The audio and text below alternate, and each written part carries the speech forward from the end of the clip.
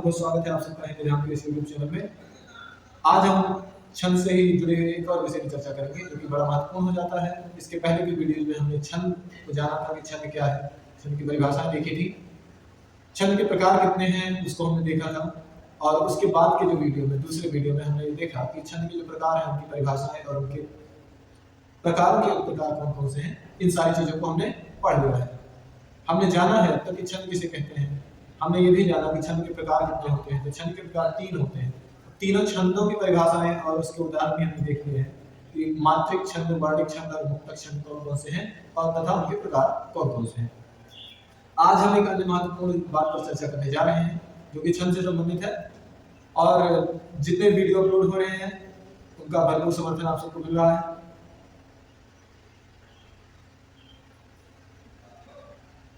जितने भी video upload हो रहे हैं उन सब वीडियोस को भरपूर आप लोगों का समर्थन मिल रहा है, लेकिन कहीं ना कहीं वो थोड़ा कम है। और आप और अधिक लोगों को इस बात को शेयर करेंगे, इस चैनल को शेयर करेंगे, इसकी कंटेंट शेयर करेंगे, वीडियो शेयर करेंगे तो और लोगों को भी इसका लाभ मिल पाएगा। ऐसे बच्चे खासकर जो इस समय पढ़ाई करने स्कूल में नहीं आ पा रहे हैं, किसी कारणवश स्कूल से दूर हैं, उनको ज्यादा लाभ मिलेगा। तो ये भलाई का काम आप करेंगे ऐसी मैं आशा करता हूँ। चलिए आज का टॉपिक शुरू करते हैं।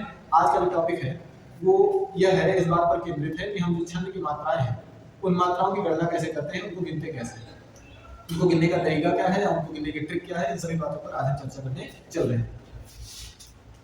तो क्योंकि सबसे पहले जानते हैं कि आप छंद के प्रकारों में पहला प्रकार था मात्रिक छंद, तो मात्रिक छंद और मात्राओं की गणना कैसे हो इस बात पर हम थोड़ी चर्चा करेंगे। हमारा मुख्य टॉपिक क्या है, हमारा मुख्य टॉपिक जो है वो क्या है, वो छंद है। ठीक है, छंद हमारा मुख्य टॉपिक है।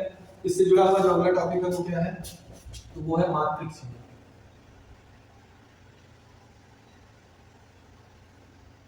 मात्रिक छंद। अब ये मात्रिक छंदों के अंतर्गत हम समझेंगे कि मात्राओं की गणना कैसे की जाती है। मात्राओं की गणना, मात्राओं की गणना करते समय बहुत सावधानी बरतने की जरूरत है। और मात्राओं की गणना करते समय यदि सावधानी नहीं बरती जाती है तो मात्राएं लघु की दीर्घ और दीर्घ की लघु हो सकती हैं। और आप जिस छंद की, जिस उदाहरण की चर्चा करेंगे, जो छंद लिखेंगे, वो हो सकता है आपसे गलत हो जाए, छंद की पहचान में गलती हो जाए। आप जानते हैं कि मात्रिक छंदों की रचना और पहचान दोनों ही मात्राओं के आधार पर होती है। यदि मात्राओं को पहचानने में आप गलती करेंगे तो संभव है कि आपसे छंदों को पहचानने में गलत चीजें होंगी। तो मात्राओं की गणना, सबसे पहले जानते हैं कि मात्राएं होती कितनी हैं। तो मात्राएं होती कितनी हैं, तो मात्रा अगर देखी जाए तो 3 प्रकार की मात्राएं होती हैं। पहली कौन सी है, पहली है लघु, दूसरी है दीर्घ और तीसरे प्रकार की जो मात्रा है वो है प्लुत। लघु, दीर्घ और प्लुत। तो लघु, दीर्घ और प्लुत हम पहचाने कैसे, इस बात पर चर्चा करेंगे। उससे पहले हम जान लेते हैं कि लघु मात्राएं हैं उनको काव्य में छंदों की पहचान करते समय लघु मात्राओं को दीर्घ और प्लुत मात्राओं को पहचाना कैसे जाता है। तो मैं आपको बता दूं कि प्लुत मात्राओं का उपयोग हिंदी साहित्य में ना के बराबर है, ये संस्कृत साहित्य की धरोहर है, इसका हिंदी में उपयोग ना के बराबर है। लघु और दीर्घ मात्रा ही ज्यादा आपको समझने की जरूरत है। तो लघु मात्राओं का जो चिन्ह है, जो प्रतीक है, वो ये है। इसको आप ऐसे समझें, लघु मात्राओं का जो प्रतीक है वो ये है, यानी एक पूर्ण विराम के आकार का एक चिन्ह है जिसको हम पूर्ण विराम भी मान सकते हैं।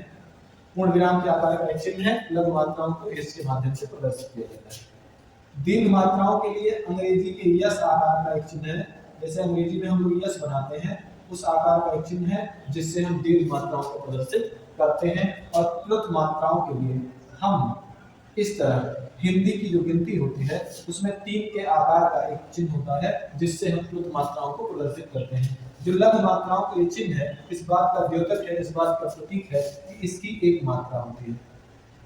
लघु जो वर्ण होते हैं उनकी मात्रा कितनी होती है, 1। और ये दीर्घ मात्राओं के लिए चिन्ह है, इस बात का प्रतीक है कि दीर्घ वर्णों की मात्रा कितनी होती है, दीर्घ वर्णों की जो मात्रा होती है 2 होती है। और प्लुत की जो मात्रा होती है वो 3 होती है। तीन मात्राएं इसकी होती है, यानी लघु वर्णों की एक मात्रा, दीर्घ वर्णों की दो मात्रा और प्लुत वर्णों की तीन मात्राएं होती हैं।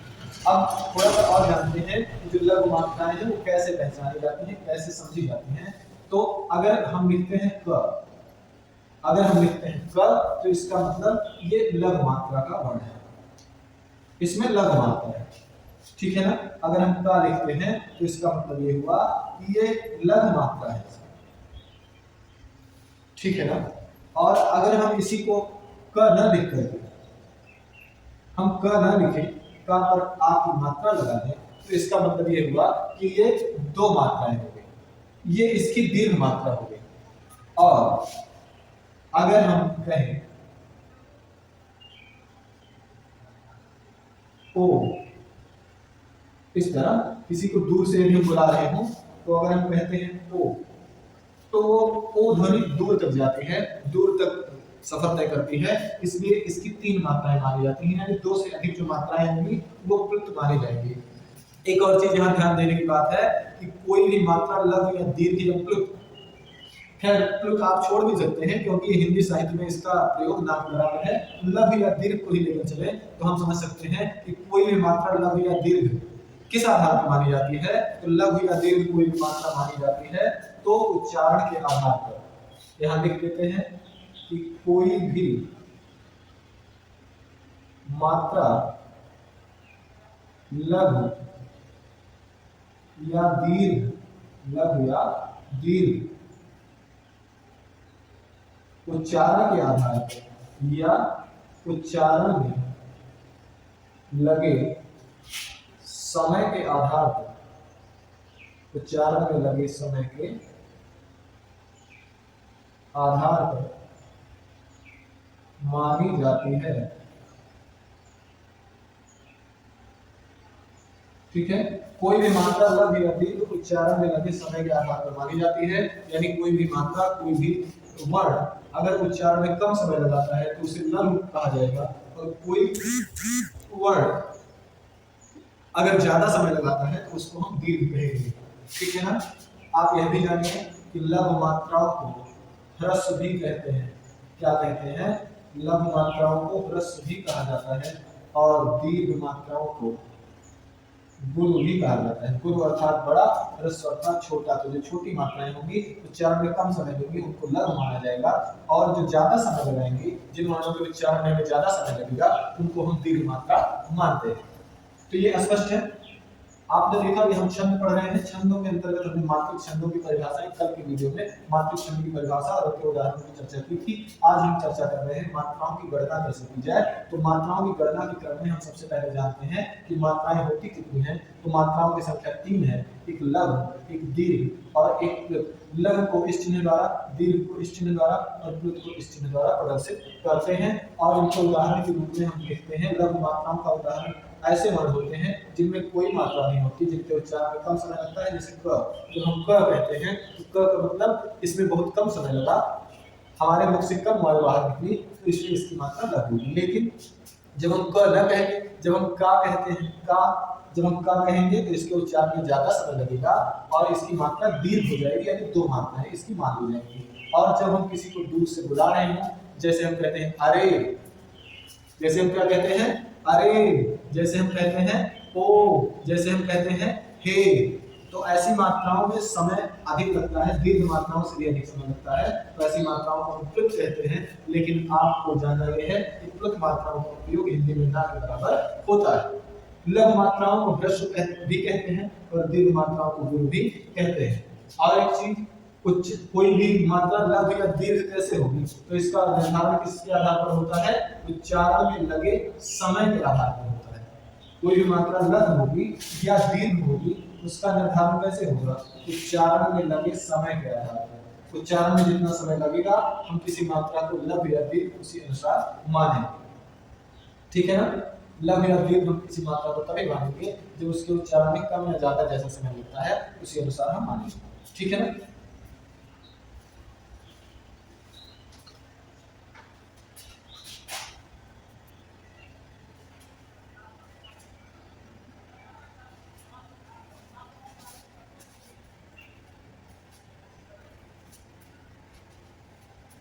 अब हम बात करने जा रहे हैं कि हम मात्राओं की पहचान कैसे करें कि कोई मात्रा लघु है या दीर्घ है। ठीक है, तो मात्राओं की पहचान कैसे होगी, तो इसके लिए कुछ नियम है कि किन मात्राओं को लघु माना जाता है और किन मात्राओं को दीर्घ माना जाता है। इसके लिए भी हमारे काव्य शास्त्रियों ने कुछ नियम बताए। लघु मात्राएं, लघु मात्राएं, अब लघु मात्राएं कौन कौन सी होंगी, कौन कौन से वर्ण ऐसे हैं, कौन कौन से स्वर या व्यंजन ऐसे हैं जो अगर किसी रचना में किसी छंद में प्रयुक्त हो तो हम उन्हें लघु मान सकते हैं। तो लघु मात्राओं में हम ऐसे वर्ण जिनमें अ की ध्वनि है, जिनमें अ की ध्वनि है, उन वर्णों को क्या मान सकते हैं, लघु मान सकते हैं। उसके बाद ई यानी छोटी ई जिसको कहते हैं, जिसको ह्रस्व ई कहते हैं, यदि इसकी मात्रा इसकी ध्वनि किसी के साथ मिली हुई है तो हम इस मात्रा को भी लघु मानते हैं। उसके बाद उ, उ यानी ह्रस्व उ, इसकी मात्रा या इसकी ध्वनि किसी वर्ण के साथ मिली हुई हो तो उसको भी हम लघु मानते हैं। और उसके बाद है रि, री अर्थात री की मात्रा या ध्वनि किसी वर्ण के साथ मिली हुई हो तो उसको भी हम लघु मात्राएं मानते हैं। इसके अतिरिक्त हम और किसको लघु मानते हैं, इसके अतिरिक्त हम मानते हैं चंद्र बिंदु, चंद्र बिंदु से युक्त वर्ण, चंद्र बिंदु से युक्त वर्णों को भी हम क्या मानते हैं, लघु मानते हैं। तो हमने देखा यानी अ, ई, उ, री तथा चंद्र बिंदु से वर्ण, चंद्र बिंदु से युक्त जितने भी वर्ण होंगे वो क्या माने जाएंगे, वो लघु माने जाएंगे। अर्थात अगर किसी वर्ण में अ की ध्वनि रहती है, क्योंकि आप जानते हैं आ की केवल ध्वनि होती है, उसकी मात्रा नहीं होती है। तो यदि किसी में अ की ध्वनि है, किसी में छोटी ई यानी ह्रस्व ई की मात्रा है, किसी में ह्रस्व उ यानी छोटा उ की मात्रा है, किसी में री की मात्रा है और कोई ऐसा वर्ण है जिसके ऊपर चंद्रबिंदु लगा है तो उसको हम क्या मानते हैं, उसको लघु मानते हैं। यदि दीर्घ मात्राओं की बात करें तो दीर्घ मात्राएं कौन कौन सी हैं, दीर्घ मात्राएं, तो इसके बाद जो भी चीजें बच चुकी हैं, बच गई हैं, उन सभी को हम क्या मानेंगे, दीर्घ मानेंगे। यानी दीर्घ अ, दीर्घ ई, दीर्घ उ, उसके बाद ए, ऐ, ओ, औ, अंग और आह। ऐसे जो वर्ण हैं इनकी मात्राएं जिसके साथ लगी रहेंगी उन मात्राओं को भी क्या मानते हैं, उन वर्णों को भी क्या मानते हैं, तो उनको दीर्घ मानते हैं। दीर्घ वर्ण या दीर्घ मात्राएं उनके लिए लिखा जाता है। अर्थात जो दीर्घ मात्राएं होगी, बड़ा ओ, ए, ऐ, ओ, अंग और आह की मात्राएं लगी हुई हो उनको हम दीर्घ मानते हैं। और एक चीज है जिसको हम दीर्घ मानते हैं वो है संयुक्ताक्षर, अर्थात संयुक्त अक्षर से पूर्व का वर्ण, संयुक्त अक्षर से पूर्व का वर्ण भी क्या हो जाता है, वो दीर्घ हो जाता है। तो अब आपके दिमाग में आया होगा ये संयुक्त अक्षर कौन सी बला है। तो संयुक्त अक्षर की जब हम बात करते हैं, जैसे हम लिखते हैं पक्का, जहां कोई आधा अक्षर किसी पूर्ण अक्षर के साथ संयुक्त हो रहा हो, पूर्ण अक्षर के साथ लिखा जा रहा हो, उस आधे अक्षर और उसके पहले वाले जो अक्षर हैं उसको हम संयुक्त अक्षर मानते हैं। अर्थात संयुक्त अक्षर से पूर्व का वर्ण दीर्घ होगा। इसको समझने के लिए हम क्या समझते हैं कि जो आधा क है उसका उच्चारण क के साथ हो रहा है, इसलिए यहाँ पर ये दीर्घ होगा। ये दोनों वर्ण कैसे होंगे, ये दोनों वर्ण होंगे दीर्घ, ठीक है ना, ये दोनों वर्ण दीर्घ वर्ण होते हैं। ऐसे स्थानों पर जहां पर कोई आधा अक्षर किसी पूर्ण अक्षर से जुड़ा हुआ हो वो दीर्घ वर्ण होता है। ठीक है, ये बात समझ में आई। अब एक विशेष बात, नोट, आवश्यकता अनुसार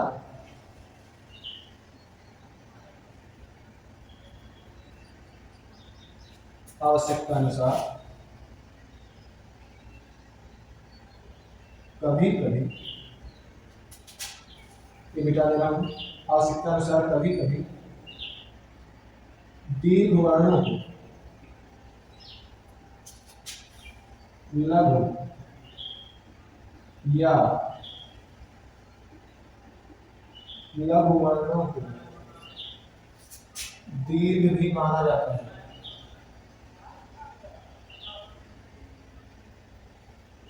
लघु वर्णों को दीर्घ और दीर्घ वर्णों को लघु भी माना जाता है। अर्थात आवश्यकता अनुसार का मतलब क्या है, मैंने बताया कि कोई मात्रा लघु या दीर्घ क्यों होती है, तो कोई मात्रा लघु या दीर्घ तभी होती है जब उसके उच्चारण में जैसा समय लगता है, अगर कम समय लग रहा है तो लघु मात्रा होगी, अधिक समय लग रहा है तो दीर्घ मात्रा होगी। इसीलिए ये चीज लिखी गई। विशेष बात यह है कि आवश्यकता अनुसार कभी कभी दीर्घ वर्णों को भी लघु और लघु वर्णों को दीर्घ भी माना जाता है, ये विशेष बात है। ये लेकिन हर समय नहीं लागू होता, ये कभी कभी विशेष परिस्थितियों में ये चीज लागू होती है।